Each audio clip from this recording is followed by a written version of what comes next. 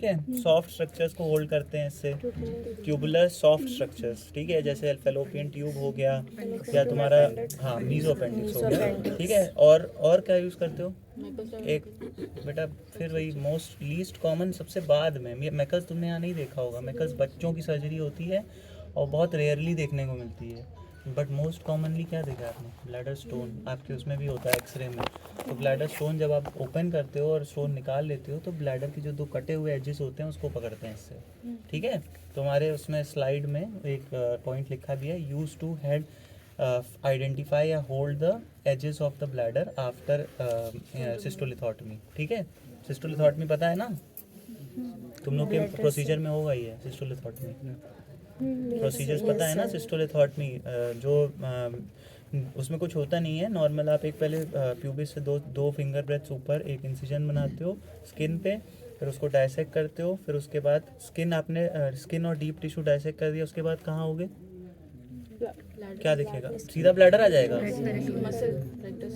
Rectus muscle आएगी, ठीक है। तो rectus muscle generally Linnaea Elba के अलोंग ऊपर वाले सबक्यूटेनियस टिश्यू से जुड़ी होती है, तो आप पहले उसको सेपरेट करते हो दोनों तरफ।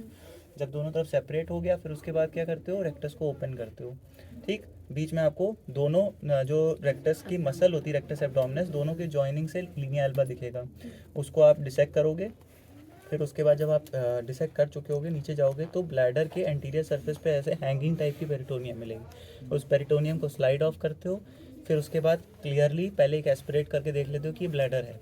आइडेंटिफाई करने के बाद उसमें इंसिजन लगाते हो, ओपन करते हो, सक्शन करते हो, क्योंकि ऑब्वियसली तुमने देखो जितनी भी ब्लैडर सर्जरीज होती है तुम्हें ब्लैडर आइडेंटिफाई करना है।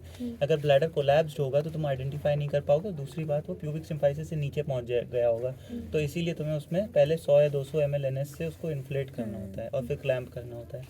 इसके बाद ओपन कर दिया, फिर स्टोन आपने यही या तो आर्टरी से या बैबकॉक से उठा लिया। जनरली बैबकॉक इसलिए नहीं यूज़ करते हैं क्योंकि वो ब्लैडर म्यूकोजा को भी डैमेज कर सकता है, उसको भी तुम ऐसे पकड़ के खींच सकते हो ना, तो इसीलिए आप आर्टरी यूज़ करते हो, या मोस्ट कॉमनली मोस्ट सर्जन अपनी फिंगर भी यूज़ करते हैं, ठीक है। या फिर आपके डेस्जार्डिन, लेकिन डेस्जार्डिन जनरली आपके बाइल सर्जरीज में यूज़ होती है, यहाँ नहीं होती है, ठीक है। फिर उसके बाद जब आपको बंद करना है तो अब देखो एक बार तुमने ब्लैडर ओपन कर दिया तो जस्ट जब तुमने ओपन किया है तब तो ब्लैडर इन्फ्लेटेड है, तो तुम्हें दोनों एजेस दिख रही हैं, तो तुमने तुरंत बैबकॉक से पकड़ ली।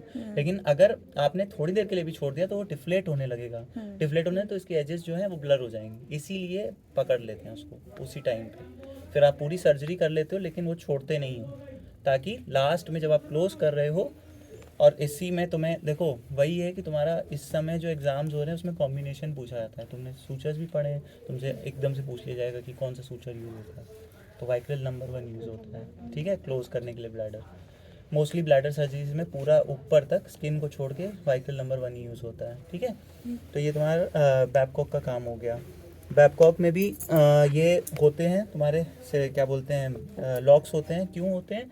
क्योंकि देखो जनरली बैबकॉक से तुम ट्यूबुलर स्ट्रक्चर पकड़े हो, लेकिन जैसे इलियोस्टमी बना रहे हो तो उस केस में भी जो आपके कट एंड्स होते हैं उनको आपको लेके आना होता है बाहर, तो रिट्रीव जब कर रहे हो आप उसको तो आप क्या करोगे? अंदर से जेंटली पुश करोगे और इस बैबकॉक से जो आपने एलियोस्टमी का वो बनाया है, वो बनाया है, जगह बनाई है, ओवल इंसिजन बनाया है, तो आप वहाँ से बैबकॉक को खींचते हुए ले आते हो और अंदर से पुश करते हो।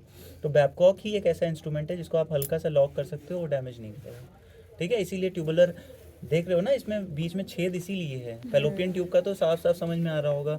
बावल भी अगर नॉन कोलैप्स बावल है, हाईली इन्फ्लेम्ड बावल नहीं है, तो वो भी आ जाती है, ठीक है। फिर उसके बाद